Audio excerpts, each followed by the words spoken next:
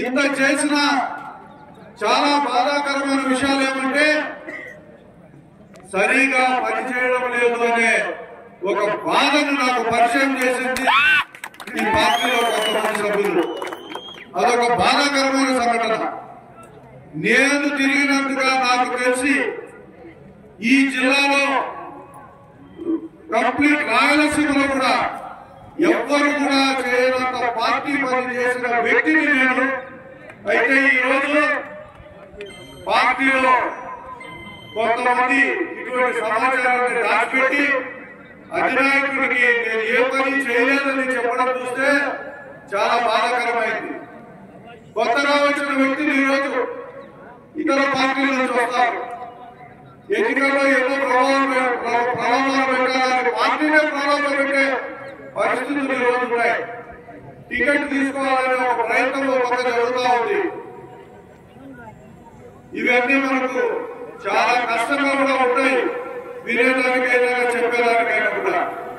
ఒక బాధ్యతగా నియోజకవర్గంలో ఇన్ని సంవత్సరాలు తొక్కని గడప లేదు, చూడని మనిషి లేదు.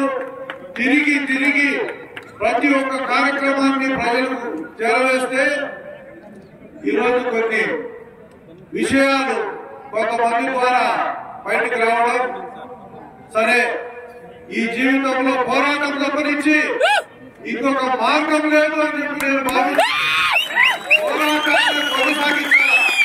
ఏ పరిస్థితుల్లోనూ పోరాటాన్ని ఆపకూడదు. మన పోరాటం చేయాలా, అది ఏ పంతాలో అయినా సరే వెనక్కి పోయే సమస్య లేదని చెప్పి కూడా ఈ సందర్భంగా తెలియజేస్తున్నాను. దీనికి మీ అందరి సహాయ సహకారాలు అవసరం. మనందరం కూడా ఒకటి గుర్తుపెట్టుకోవాలి. గడిచిన 3 ఎన్నికల్లో మనం ఓడిపోయాం. ఈ రోజు మీ అందరి పైన ఈ బాధ్యత ఉంది.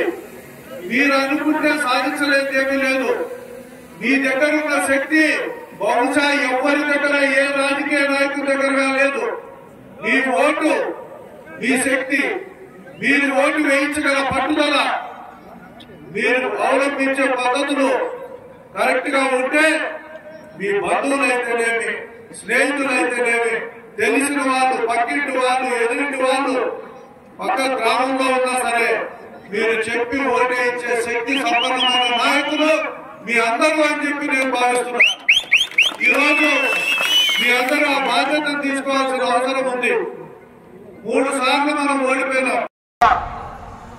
తెలుగుదేశం పార్టీలో ఒక సభ్యుడిగా, నియోజకవర్గ ఇన్ఛార్జిగా, జిల్లా పార్టీ అధ్యక్షుడిగా ఎన్నో గురుతరమైన బాధ్యతలు చేస్తూ పార్టీని బలోపేతం చేయాలనే ప్రయత్నం చేసే భాగంగానే 14లో కానీ 19లో కానీ 2009లో పార్లమెంట్ ఓడిపోవడం కూడా జరిగింది. అయినా సరే 3 సార్లు ఓడిపోయిన మీ అందరి పైన ఉన్న అభిమానంతో ఈ జీవితమే మీకు అంకితమో అనే ఒక భావంతో ఈ ప్రాంతాన్ని విడిచిపోయేది ఒక బాధ్యతగా నియోజకవర్గంలో ఇన్ని సంవత్సరాలు తొక్కని గడప లేదు, చూడని మనిషి లేదు.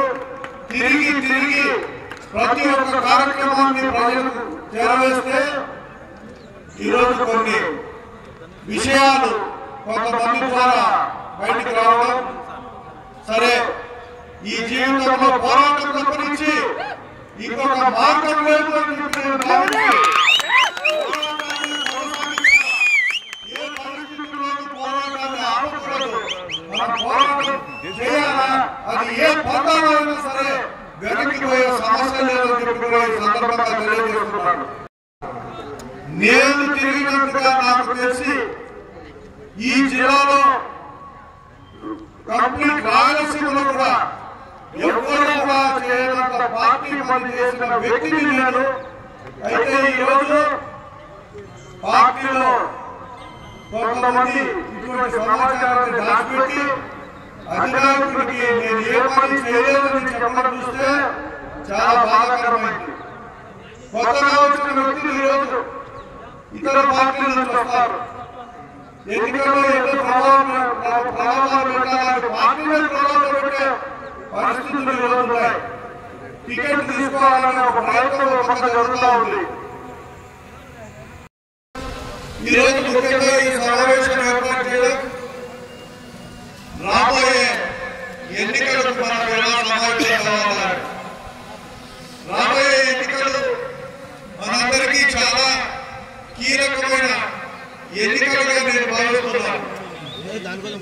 మనం దాదాపు 1962 కంటే పూర్వం నుంచి జరిగిన పంచాయతీ ఎన్నికల్లో పెద్దలు మా మొదలైన సూర్యనారాయణ రెడ్డి గారు రాజకీయంగా మా కుటుంబాన్ని ప్రజలకు పరిచయం చేయడం, ఆ తర్వాత ఆయన సభ్యుల పరిషత్గా జిల్లా పరిషత్ చైర్మన్ గా సేవలు అందించడం, మరి 62లో ఆయన సమితి ఎలక్షన్ కోసం ఇక్కడికి వచ్చి ఆ ఎన్నికల్లో పాల్గొని ఈ ప్రాంతాన్ని చూసిన తర్వాత మా తండ్రి రాజగోపాల్ రెడ్డి గారు ఇంజనీరింగ్ చదువుతున్న పట్టణంలో ఆయన ఇక్కడికి ఈ ప్రాంతాన్ని చూసిన తర్వాత ఉద్యోగానికి రాజీనామా చేసి ఈ ప్రాంతాన్ని అభివృద్ధి చేయాలని చెప్పి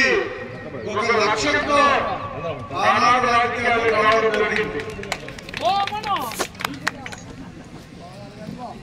నిజంగా ఒకసారి ఆలోచన చేస్తే ఆయన మీరు 5 పర్యాయాలు శాసనసభకు ఎన్నిక చేసినారు. ఆయన పివి నరసింహారావు మంత్రివర్గంలో కొద్ది రోజులు మా అభిమాన నాయకులు తెలుగుదేశం పార్టీ వ్యవస్థాపక అధ్యక్షుడైన పూజలు ఎన్టీ రామారావు గారి క్యాబినెట్ లో ఆయన మంత్రిగా పనిచేయడం జరిగింది. ఎంతో హుందాగా నిజాయితీగా ప్రజలందరూ కూడా వారి అభిమానాలతో ఆయన జీవితం రాజకీయం కొనసాగించాడు. 1999లో